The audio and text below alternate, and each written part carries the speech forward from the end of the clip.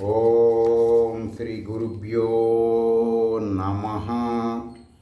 శ్రీలలిత త్రిశతి. ఈనాటి నామము హ్రీంకార కుండాగ్నిశిఖ. భారతీయులు ఏనాడైతే వాళ్ళ ఫోన్ ద్వారా గూగుల్లోకి వెళ్ళి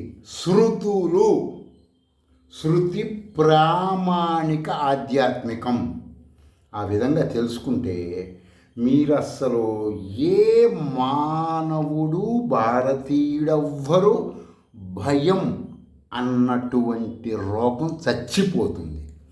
మీరు భయం అనే జబ్బు ఉన్నంత వరకు ఏదో ఒక మత ప్రవక్తను ఏదో ఒక మూర్తి పూజ చేస్తూనే ఉంటారు. ఆ భయం చచ్చిపోవాలంటే శృతులు మాత్రమే శరణ్యం. అది భారతీయుల యొక్క అద్భుతమైన సంపద మన మహర్షులు మనకిచ్చింది. అర్థమైందండి? నేను మీకు ఆ జ్ఞానం లేకపోయేసరికి, ఆ భాష తెలియకపోయేసరికి నేను చెప్పింది మీరు క్యాచ్ చేయలేకపోతున్నారు కొంతమంది. సరే, ఈ హ్రీంకార కుండాగ్నిశిఖ అన్నటువంటి సగుణాకార ఆధ్యాత్మిక పరముగా బాల్యావస్థ వరకు ఏ భారతీయుడైనా కామ్యముల కొరకు కొన్ని కర్మలు చేస్తుంటారు. పురచరణ పరంగా కాకుండా విడిగా ఆ బెనిఫిట్స్ వాళ్ళు చెప్పారు వీళ్ళు చెప్పారు ఇవన్నీ చేస్తూ ఉంటారనమాట. అది చేసేటప్పుడు యజ్ఞములు హోమములు ఇలా చేస్తుంటారు. ఆ యజ్ఞ గుండము లేక కుండము ఒక శాస్త్రీయ ప్రామాణికం కట్టాలి.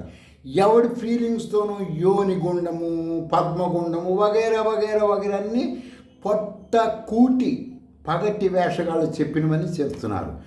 శాస్త్రీయ పరముగా కల్పసూత్ర ప్రామాణికంగా మాత్రమే గుండము కట్టాలి. అప్పుడు కట్టిన గుండములోకి ఖచ్చితముగా శృతి ప్రామాణిక అనుష్ఠానం శృతి ప్రామాణిక ఆధ్యాత్మికం వలన ఆ శక్తులు వస్తాయి అన్నమాట. సరే, ఆ గుండం నిర్మించిన తర్వాత ఆ గుండములో చేసే యజ్ఞం వలన పంచభూతములలో అగ్నికి మానవాళితో దగ్గర సంబంధం ఉందని శ్రీకృష్ణుడు చెప్పాడు, మహర్షులు చెప్పారు. ఆ అగ్ని నీలో నాలో ఉన్నట్లుగా మీలో అగ్ని ఉందని మీరు ఎవడు నమ్మడు. వలసవాద మతస్థుల ఆధ్యాత్మికం, వలసవాద మత ప్రవక్తలకు కూడా అగ్ని భారతదేశంలో శృతుల ప్రామాణిక అగ్ని వాళ్ళలో కూడా ఉంటుంది. లేకపోతే ఏ ఆహారం పచనం అవ్వదు కాబట్టి. సరే, ఆ అగ్ని వచ్చేసి హోమగుండంలో మీరు ఎలా గుర్తించాలి, ఎలా చేయాలి శాస్త్రీయంగా అంటే, ఇప్పుడు 10 మంది కూర్చొని పొట్ట కూటి ఆధ్యాత్మికం వల్లగా చండీ హోమం అని ఒక 20 మంది ప్రత్యంగిర హోమం మిరపకాయలు వేసడం పులిహార ఆధ్యాత్మికాలు చేస్తూ ఉంటారు గుండాల చుట్టూ కూర్చొని. దానివల్ల ఏ బెనిఫిట్స్ ఉండవు, టైం వేస్ట్, డబ్బులు వేస్ట్. భారతీయులను దోపిడీ చేస్తున్నారు వలసవాద మతస్థులు హిందువుల పేరుతో భారతదేశంలో. అర్థమైందండి? శృతి ప్రామాణికంగా అట్లా కుదరదు, అలా చేయటం కుదరదు. అర్థమైందండి? సరే, ఆ శృతి ప్రామాణికం చేసేటప్పుడు అగ్ని వచ్చేసి ఇప్పుడు ఉన్న వలసవాద ఆహారం తింటున్న వాళ్ళకి జడలు జుట్టు ఊడిపోవటం థైరాయిడ్ ప్రాబ్లం వగైరా వగైరా వచ్చి పాపం చాలామంది ఆడవాళ్ళకి చిన్న చిన్న పిలకల్లాగా జుట్లు ఉంటున్నాయి. వాస్తవంగా భారతీయ ఆధ్యాత్మిక స్త్రీలు శృతి ప్రామాణిక ఆహారం వాళ్ళకి ఇంత లావుతో రోకలు బండి ఉంటుంది చూడండి, పచ్చడి నోడుతో అంత లావు జడలు వాళ్ళకి పిరుదులు కింద దాకా ఉంటాయి అన్నమాట, అంత లావుతో. ఆ విధముగా అగ్ని అలా వస్తుంది, ఒక 3-4 పాయలుగా ఆ జడల్లాగా వస్తుంది ఆ హోమగుండంలో. ఆ విధంగా ఎట్లా ఉంటుంది హ్రీంకార శిఖ అంటే అది అన్నమాట. ఆ విధంగా హోమం చేసేటప్పుడు ఆ విధంగా హోమగుండం మధ్యలో ఆ అగ్ని చేయించున్న హోమమంతర దేవత, మీరు ఏ మంత్రం చేస్తే హోమంతో ఆ మంత్ర దేవత హ్రీం శిఖాం అని అనబడేటువంటి ఈ శిఖ అంటే జడ. ఆ విధముగా ఆ దేవత వాళ్ళకి దర్శనం ఇస్తుంది అగ్ని రూపంలో. అగ్నిముఖ దేవత అని శృతి చెప్పింది. భారతీయులు ఎవరైనా సరే శృతి ప్రామాణికం వెళ్తే వాళ్ళు దేవతలతో ఎవరితో సంభాషించాలన్నా, ఏ దేవతతో ఏ భారతీయులు మాట్లాడాలన్నా ఈ దేవతకి ఆ మానవుడికి మధ్య మీడియేటర్ అగ్ని. ప్రత్యక్ష దేవత, అది గుర్తుపెట్టుకోవాలి మీరు. ఆ అగ్ని రూపంలో ఆ సాధకుణ్ణి, ఆ హ్రీంకారతికామణ అగ్నిలో ఉండే పరబ్రహ్మం కూడా ఇదే కాబట్టి దర్శనం ఇచ్చి వాళ్ళకి సాటిస్ఫాక్షన్ చేస్తుంది, మీకేం పర్వాలేదులే అని. ఆ విధముగా ఆ హ్రీంకార పరబ్రహ్మ సగుణాకారంతో అగ్ని రూపంలో సాధకుడికి వాడి యొక్క మంత్ర కార్యదక్షత, దీక్షత, గురువు అనుగ్రహంతో వగైరా వగైరా చాలా ఉంటాయండి, అనుగ్రహిస్తూ ఉంటుంది. అంటే సాధకుడి మనసులో దేవతానుగ్రహం వచ్చింది అని నమ్మకం కలుగుతుంది. నమ్మకం కలిగితేనే వాడికి ఆ హోమం సంపూర్ణమైనట్టు అనమాట. వెంటనే ఫలితం రాదండు. ఏది పూర్వమీమాంస ప్రామాణికంగా యజ్ఞవంగానే యజమాని గబగబ కట్టలు కట్టలు గుట్టలు లేదా కొంతమంది ఆడవాళ్ళ కోసం చేస్తే 100 మంది ఇలా రారండి.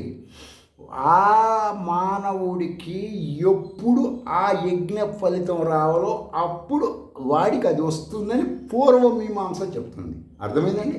కాబట్టి మీరు పొట్టకూటోళ్ళ మాటలు నమ్మితే ఉపయోగం లేదన్నమాట. మీరు యజ్ఞం చేయండి, మీరు మృత్యుంజయం చేయండి, మంచంలో లేచి వస్తాడు, అబ్బే ఏ నాటికి జరగని పనులు అవన్నీ. కాబట్టి దర్శన శృతి అంగమైన పూర్వమీమాంస చెప్తుంది. నేను ఆల్రెడీ గతంలో మా ఛానల్ తరఫున అది పోస్ట్ కూడా పెట్టాను. సరే, కొన్ని శ్రీ విద్యా గురు పరంపరలో వచ్చేసి ఈ హ్రీంకార కుండాగ్నిశిఖ అనబడే మంత్రం చేస్తుంటారు. ఆ మంత్రం శుద్ధి కలిగితే ఏ మంత్రమైనా సరే, ఏ సాధకుడు ఈ మంత్రం వాడు ఏ మంత్రం చేస్తున్నా ఈ మంత్రం సంపుడి చేస్తే మాత్రం అత్యంత ఉన్నతంగా ఉంటుంది. ఈ హ్రీంకార కుండాగ్నిశిఖ అంటే 3 అక్షరాల మంత్రం, హ్రీం శ్రీం ఖం అన్నటువంటి మంత్రం. దీనికి అసులు గురు పరంపరలో కలుపుకోవచ్చు. ఉదాహరణకి ఇప్పుడు ఏదైనా మంత్రం చేస్తున్నారు మీరు, హ్రీం శ్రీం అని ప్రారంభంలో పెట్టుకోవాలి. అప్పుడు చేశారనుకోండి, ఆ మంత్రం బాగా యాక్టివేషన్, యాంటీబయాటిక్ వాడినట్టు. తర్వాత కొంతమంది హ్రీం శ్రీం, ఇందాక శ్రీం హ్రీం, ఇప్పుడు హ్రీం శ్రీం కొంతమంది గురు పరంపరలో పెడుతుంటారు. ఈ విధంగా హ్రీంకార కుండాగ్నిశిఖ అనబడే బీజాక్షర మంత్రాన్ని ఈ విధంగా పెట్టుకోవచ్చు అన్నమాట. ఆ సంపుటి చేస్తే ఉత్తమ ఫలితాలు వస్తాయి అన్నమాట. సరే, శృతి ప్రామాణికమైనటువంటి శ్రీ విద్యా మంత్రాలు 3 రకాలుగా తెలుసుకోవాలి. ఎవరో వలసవాద మతస్థులు కాదు, అంధ పరంపర ఆధ్యాత్మికం వాళ్ళు కాదు, భారతీయులు మాత్రమే. ఎట్లా అంటే శృతి ప్రామాణికం 3 విధాలు. నేను చెప్పినవన్నీ గూగుల్లోకి వెళ్ళి చెక్ చేసుకోండి. ఫస్ట్ది మీరు టక్ టక్ టక్ టక్ టక్ ఫోన్ తీసుకోండి, స్వగత భేదం అంటే ఏంటి కొట్టుకోండి, మీకు కనపడుతుంది. తర్వాత నెంబర్ 2 జాతీయ భేదం అంటే ఏంటి కొట్టుకోండి. మూడోది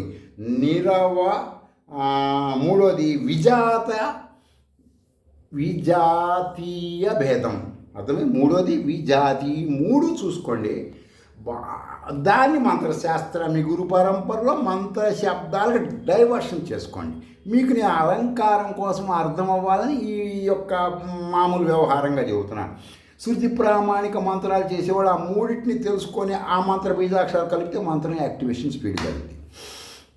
స్వగత భేదం అంటే ఏంటంటే, ఒక చెట్టు ఉందనుకోండి సపోజు, దానిలో అంతర్భాగముగా ఆకులు పువ్వులు ఉంటాయి, కానీ కాయల నుండి చెట్టును వేరుగా పరిగణించాలి. అదేంటండి ఎట్లా పెడతామండి కాయల నుంచి చెట్టు వేరుగా అంటే, భార్యాభర్తలు, చెట్టు, ఆకులు, వాళ్ళకి పిల్లలు పుట్టారు. ఆ పిల్లలు మగవాడు పెళ్ళి వేరే దాన్ని చేసుకొని వేరే వాళ్ళు వస్తే వేరే కాయలు కదా. అట్లా ఆ విధంగా ఫిలాసఫీతో మీరు శృతి ప్రామాణిక ఆధ్యాత్మిక ఆచరణ తెలుసుకోవాలి.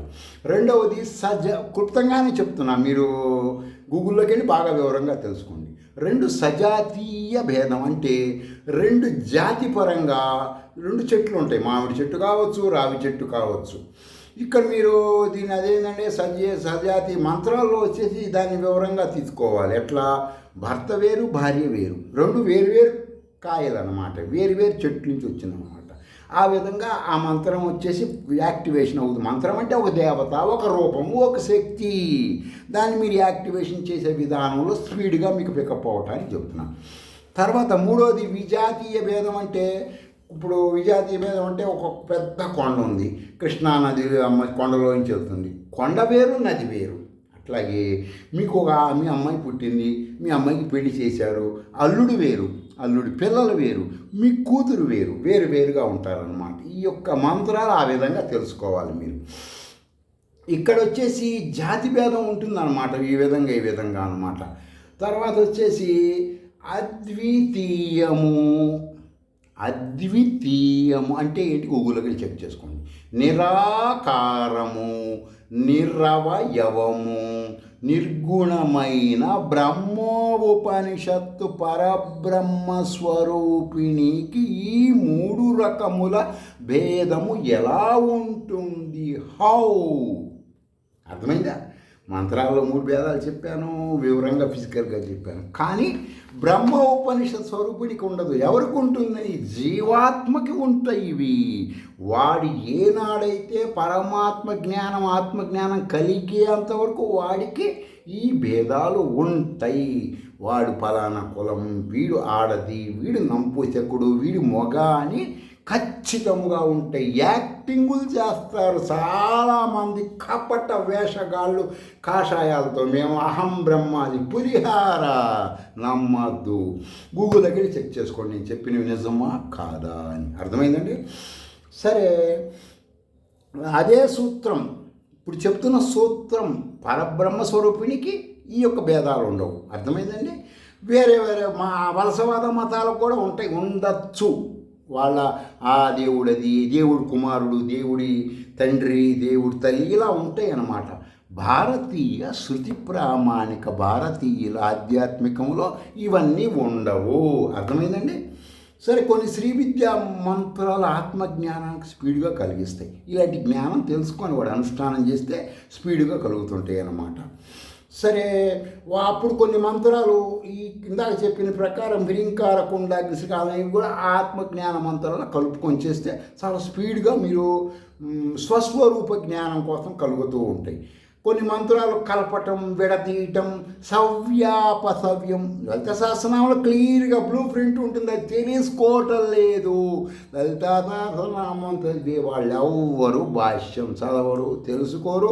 గుడికి వెళ్తారు, కుంకుమేస్తారు, రంగు కుంకాలు వేయటము, రంగు పసుపులు పూసుకోవటము, రంగు విభూతులు వేయటము, పిచ్చి కర్పూరంని ఆరతీయటము, పీల్చడము, ఊపిరితిత్తులు సబ్బులు తెచ్చుకోవడము, పిచ్చి సాంబ్రాణి కడ్డీలు ముట్టియటము, ఆవాసన పీల్చడము, ఆయాసం తెచ్చుకోవడము, దగ్గటము చేస్తూ ఉంటారు. కానీ లలితా సహస్రనామం భాష్యం కొనుక్కొని ఆ భాష్యం చదివి వాళ్ళు ఎడ్యుకేట్ అవ్వరు. ఎందుకని అవ్వట్లేదండి? కారణాలు అనేకం. చాందోగ శృతి ప్రామాణికంగా నేను మీకు ఇప్పుడు మంత్రాలు కలపటం, విడదీయటం అనేది అక్కడ ఉన్నదాన్ని మీకు అర్థమయ్యే విధంగా చెప్తున్నాను అన్నమాట. ఎలా ఉంటుందంటే, ఇప్పుడు బయట మీరు కళ్ళ ముందు చూస్తే నిప్పు, నీరు, పృథ్వీ, ఈ 3 మహాభూతాలు అంటారు. ఈ మూడిటిని మనం అదేనండి, ఆకాశముని వాయువుని అనరా అంటే అనరు. ఎందుకని అనరు అంటే అవన్నీ మీరు మీ గురువులను అడగండి, చెబుతారు. నేను చెబితే మీరు చాలాసేపు పడుతుంది. ఏమంటారు? నిప్పు, నీరు, పృథ్వీ, మూడింటినే మహాభూతాలు అంటారు. వీటిల్లో ఏ ఒక్కటి మిగతా భూతాల అంశలేనిదే, సృష్టిలో ఉపయోగం ఉండదు. ఈ మూడిట్లో 3 కలిసి ఉంటాయి. ఒక్కటే ఉందనుకో ఎవరికి ఉపయోగం ఉండదు. ఏ మానవుడు సృష్టి ఉండదు, జీవమే ఉండదు. అర్థమైందండి? కాబట్టి 3 మీలో ఉంటాయి, బయట ఉంటాయి. సరే, అందుచేత ప్రతి భూతాన్ని ఈ మూడిట్లో ప్రతి భూతాన్ని ముందుగా ఏం చేయాలంటే 2గా విడదీయాలి. అంటే సగం పృథ్వీ తూర్పు, సగం పృథ్వీ పడమరుగా పెట్టుకొని, మీకు అలంకారం కోసం చెబుతున్నాను. అక్కడ సగం, ఇక్కడ సగం గ్యాప్ పెట్టుకున్నారు. అప్పుడు దీన్ని మంత్రశాస్త్రపరంగా తీసుకోండి. హ్రీములో 4 సౌండ్స్ వస్తాయని మీకు గతంలో చెప్పాను. మీకు హ్రీములో 4 సౌండ్లు వస్తాయి. రకారము, హకారము, ఈకారము, మకారం అని వస్తుండే. అయితే ఈ యొక్క 4 సౌండ్స్ హ్రీములో వస్తాయి. కానీ మీరు ఒక రేఫా అనబడే క్రావడి లేక రకారం తీసేస్తే హీమ్ అని వస్తుంది. ఇప్పుడు చాలామంది మహామృత్యుంజయ మంత్రం తెలియదు, ఏదో మహామృత్యుంజయం చేస్తుంటారు. శాస్త్రీయ శృతి ప్రామాణిక మహామృత్యుంజయ మంత్రంలో ఈ యొక్క న్యాసం చేస్తారు. ఆ న్యాసంలో కవచ న్యాసంలో వచ్చేసి ఏమని ఉంటుందంటే, ఓం హౌం ఓం జూం ఓం సహ ఓం భూర్భువస్వహ ఉర్వారుక మివ బంధనా త్రిపురాంతకాయ హాం హీం. హరాం హ్రీం అని ఉండదు, హాం హీం అని ఉంటుంది. అంటే రేప ఉండదు అక్కడ. ఆ విధముగా తీసేస్తే 3 వస్తాయి అన్నమాట. ఇక్కడ మీకు అర్థం అవ్వాలని ఇంత వివరణ ఇవ్వడం జరుగుతుంది అన్నమాట. ఈ విధంగా వచ్చేసి హీములో హకార ఈకార మకారాలు వస్తుంది కదా, అదే సూత్రం, అదే ప్రామాణికంగా మీరు సపోజ్ ఇంకా మాకు అర్థం కాలేదండి ఇంకొంచెం వివరంగా చెప్పి కొంతమంది బాగా తిరుగుతున్నారు మంత్రం చేస్తారు. ఆ మంత్రంలో ఇప్పుడు హ్రీంకార కొండాగ్నిశ్రిక అంటే దాంట్లో వచ్చేసి హ్రీంకారము శ్రీకారము కకారము ఉంటాయి అన్నమాట. అంటే ఆకాశ బీజాలు. ఇప్పుడు హ్రీం శ్రీం ఖం, ఐం క్లీం సౌహు సహు క్లీం ఐం. ఇది కొన్ని గురు పరంపరలో డీప్ సబ్జెక్ట్ శృతుల ప్రామాణిక ఉన్న వాళ్ళు చేస్తుంటారు. స్పీడ్గా బాలాజీ సుందరి అనుగుణంగా. అంతేగాని బాలాజీ సుందరి మంత్రం ఇలా చేయటం వలన ఆమె చిన్నపిల్లలాగా మీ ఇంట్లోకి వచ్చి గాజులు వేయించుకోవటం, లేకపోతే పసుపు పూసుకోవటం. కొంతమంది వచ్చేసి అంధ పరంపర వాళ్ళు వచ్చేసి దసరాలప్పుడు ఈ అమ్మాయి పసుపు కింద మూసాము ఇది బాలాజీ ఇట్లా అలాగే అవన్నీ శృతులు అంగీకరించవు. నామానమ్మని గూగుల్కి వెళ్ళి చూసుకోండి. ఏ నాటికి ఏ బాల, ఏ రాజరాజేశ్వరి, ఏ లలిత ఎవరి దగ్గర రాదు. అర్థమైంది? ఎందుకంటే నువ్వు మనిషి అది మనిషి కాదు కదా, ఒక యూనివర్సల్ పవర్ కదా, ఎట్ట వస్తుంది? నీ భ్రమ, అవతల వాడు ఫీలింగ్, అవన్నీ కట్ చేసుకుంటేనే మీకు శృతుల జ్ఞానం వస్తుంది. అర్థమైందండి? సరే, కొంతమంది వచ్చేసి కొంతమంది బాగా గురు పరంపరలో ఐం క్లీం సౌహు సహు క్లీం ఐం అక్కడ హ్రీం శ్రీం ఖం అని కలుపుతుంటారు. అంటే యాక్టివేషన్ బాలా తిరుగుతుందరికి. కొన్ని గురు పరంపరలో కొన్ని రకాలుగా ఈ విధంగా మీ గురువుగారి అనుమతితో మీరు హ్రీం సికా కుండాగ్ని అనబడి ఈనాటి నామరూప దేవతని సంపుడు చేసుకొని బాలామంత్రం కానీ ఏ మంత్రం అయినా వాళ్ళ అనుమతితో పక్కన ఉన్న శబ్దాలు ఈ శబ్దాల యొక్క ఛందోబద్ధంగా ఉండాలి. అంతేగాని మేము పాలల్లో కారం కలుపుకొని తాగుతామండి, పాలల్లో ఉప్పు కలుపుకొని తాగుతాం, ఆ విధంగా మంత్రాలు కలపకూడదు. శృతి ప్రామాణికంగా ఛందోబద్ధంగా ఉండాలి. సరే, ఈనాటి నామరూప దేవత మంత్రం హ్రీం ఓం, ఈనాటి నామరూప దేవత మంత్రం అనేది మీకు ఒకటి ఉంటుందన్నమాట కొన్ని గురు పరంపరలు. ఏంటంటే ఆ మంత్రం అంటే హ్రీం శ్రీం ఓం నమో భగవతే. ఈ మంత్రం ఎలాంటిదంటే లాయర్లు కొంతమంది వాదోపవాదాల సందర్భంగా ఈ మంత్రం పురస్చరణ చేసినోడు కనుక అవతలోని చూస్తే సూదిదారంతో వాడు నోరు కుట్టేసినట్టే, అంత పవర్ఫుల్. గూగుల్లోకి వెళ్ళి చెక్ చేసుకోండి. నకులి వాగీశ్వరి మంత్రం దేనికి చేస్తారు, ఎవరు చేస్తారో చూసుకోండి. పోయి గడగడగడగలాడిపోతారు ఈ మంత్రం చేసిన లాయర్లు ఎవడైనా సరే. అంటే ఈ మంత్రం చేసి ఎక్కువగా వాక్కు స్తంభన, కొంతమంది బగళాముఖి కాదని అనంత కోటి మంత్రాలు శృతుల్లో. దీన్ని చాలా పవర్ఫుల్ మంత్రం అన్నమాట. నా స్వానుభవం కూడా చాలా గొప్పది. ఏంటంటే మంత్రం హ్రీం శ్రీం ఓం నమో భగవతే, శ్రీం హ్రీం ఖం ఓష్టాపిదాన నకులీదంతై. అర్థమైందండి? పరివృత పవిహి శ్రీం హ్రీం ఖం సర్వస్యై వాచ ఈశాన చారు మామిహ వాదయేత్ శ్రీం హ్రీం ఖం. ఇది ఎలాంటిదంటే ఆడ ముంగీస పాము నోరుని ఎట్లా పట్టుకుంటుందో ఈ మంత్రం పురస్చరణ చేసిన వాడితో ఎవడు వాదిస్తే వాడి నోరు ముంగీస పామును పట్టుకున్నట్టుగా మాటలు రావు అన్నమాట. గూగుల్లోకి వెళ్ళండి, నకులి వాగీశ్వరి మంత్రం అంటే ఏంటో చూసుకోండి, మీ గురు పరంపరలోకి వెళ్ళండి, తెలుసుకోండి, చెయ్యండి. వలసవాద మతాల్లో లోకల్ లాంగ్వేజ్ వలన ఏ నాటికి మీ కామ్యములు నెరవేరవు. ఇవి భారతీయుల యొక్క గుప్త వజ్ర వైడూర్య కనక సొత్తు మంత్రములు ఆలోచన.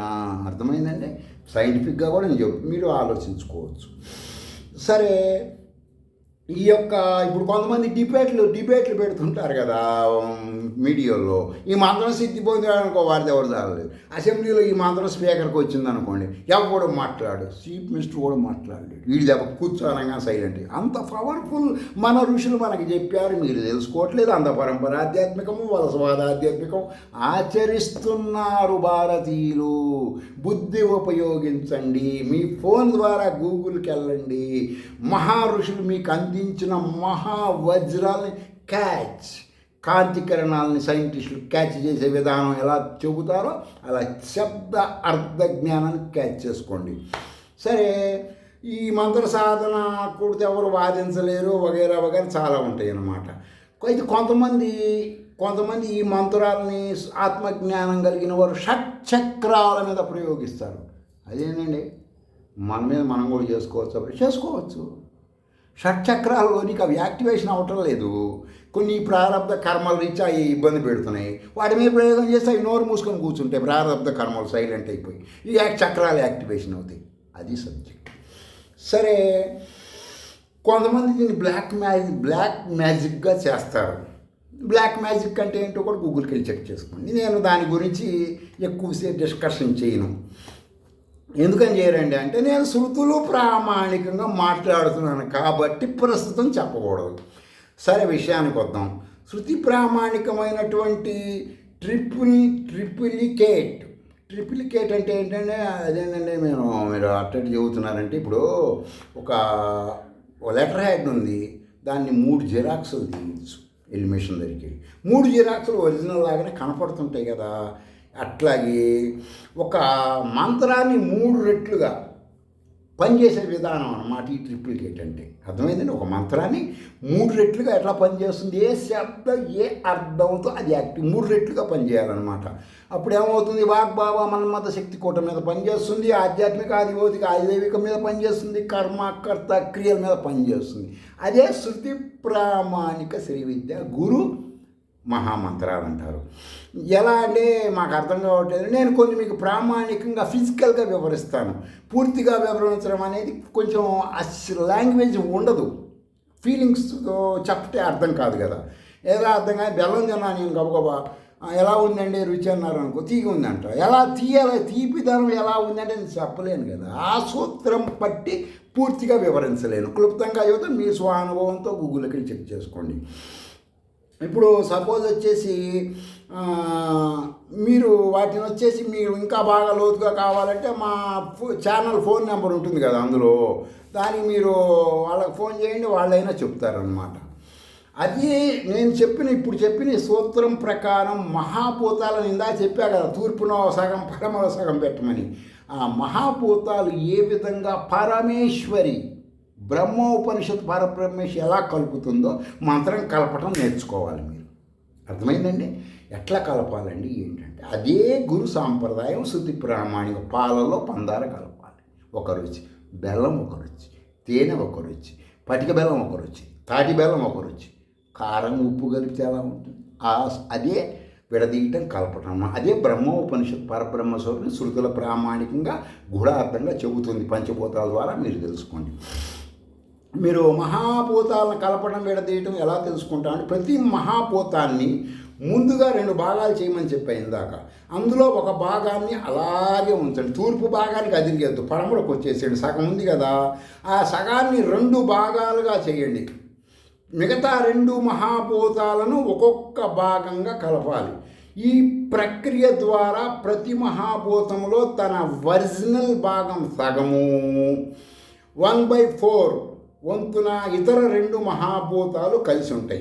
ఈ ప్రక్రియను బ్రహ్మ ఉపనిషత్తు పరబ్రహ్మ స్వరూపిణి పంచభూతాలని ప్రకృతిని చేస్తుంది. మానవుడెవ్వడు చెయ్యలేడు, ఎవ్వరి వల్ల కాదు. మంత్రద్రష్టమైన మహర్షులు కూడా చెయ్యలేరు. ఇంకా ఎవరు చేయగలరు?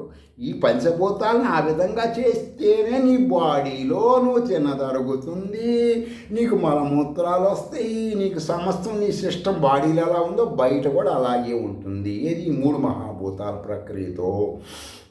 ఎందుకని ఇలా కలపటం, మహాభూతాలను కలపటం? కర్త ఆమె కదా. మంత్రాలకు ఎవరో కర్త? పరమేశ్వరి. అర్థమైందండి? పరబ్రహ్మ స్వరూపిణి, బ్రహ్మోపనిషత్ పరబ్రహ్మ స్వరూపిణి, మంత్రకర్త, మంత్రద్రష్ట మాత్రమే మహర్షులు. గుర్తుపెట్టుకోవాలి మీరు. అర్థమైందండి? మంత్రాలకు ఎవడు ఇక్కడ కర్త లేడు ఈ ల్యాండ్, ఈ భారతదేశంలో.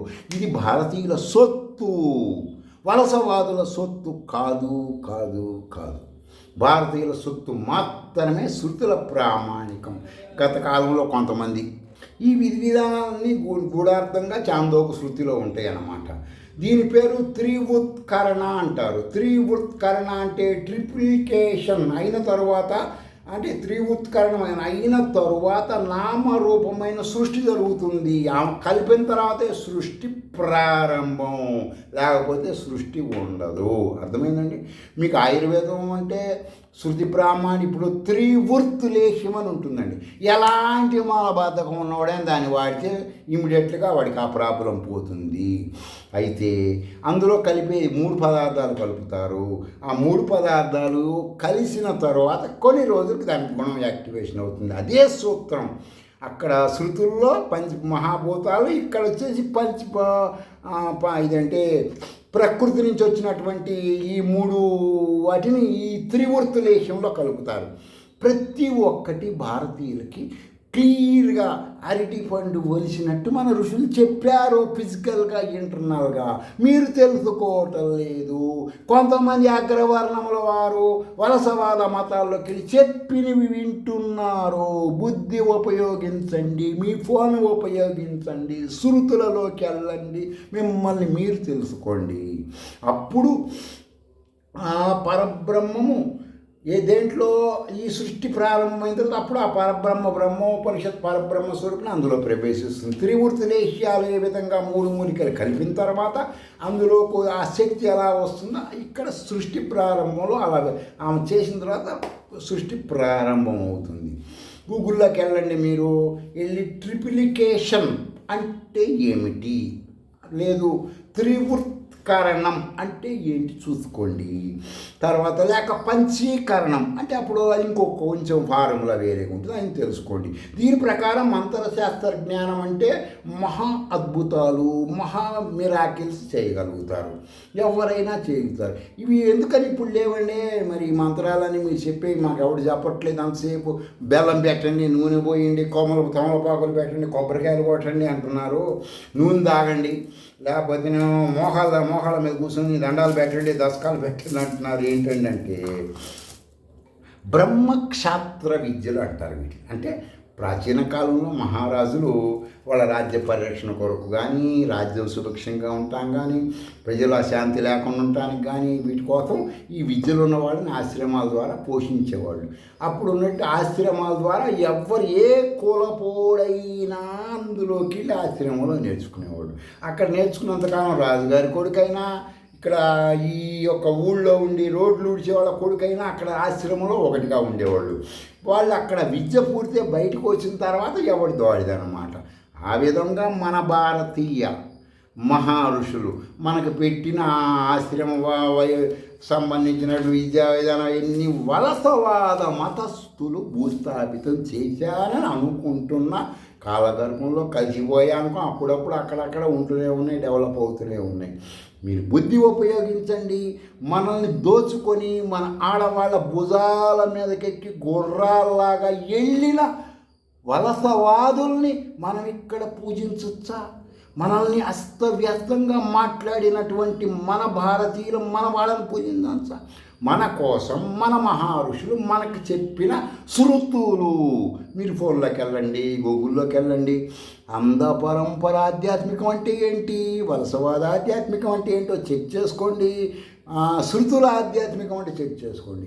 మీలో బ్రహ్మ ఉపనిషత్ పరబ్రహ్మ స్వరూపిణి అందరిలో మహా అనురూపంలో ఉంటుందని శంకరాచార్యుల వారు బ్రహ్మసూత్ర భాష్యంలో చెప్పారు.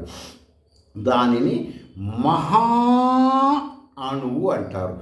ఆ బ్రహ్మ ఉపనిషత్తు పరబ్రహ్మ స్వరూపుడి మహావిభో అలా ఉంటుందని దాన్ని సైంటిఫిక్గా కానీ, మంత్రాల పరంగా కానీ, పంచభూతాల పరంగా కానీ మీరు మీ యొక్క బుద్ధి ఉపయోగించి తెలుసుకుంటుంటే మీరు అన్ని రంగాలలో అత్యంత ఉన్నత స్థితికి వెళ్తారు. స్వస్తి.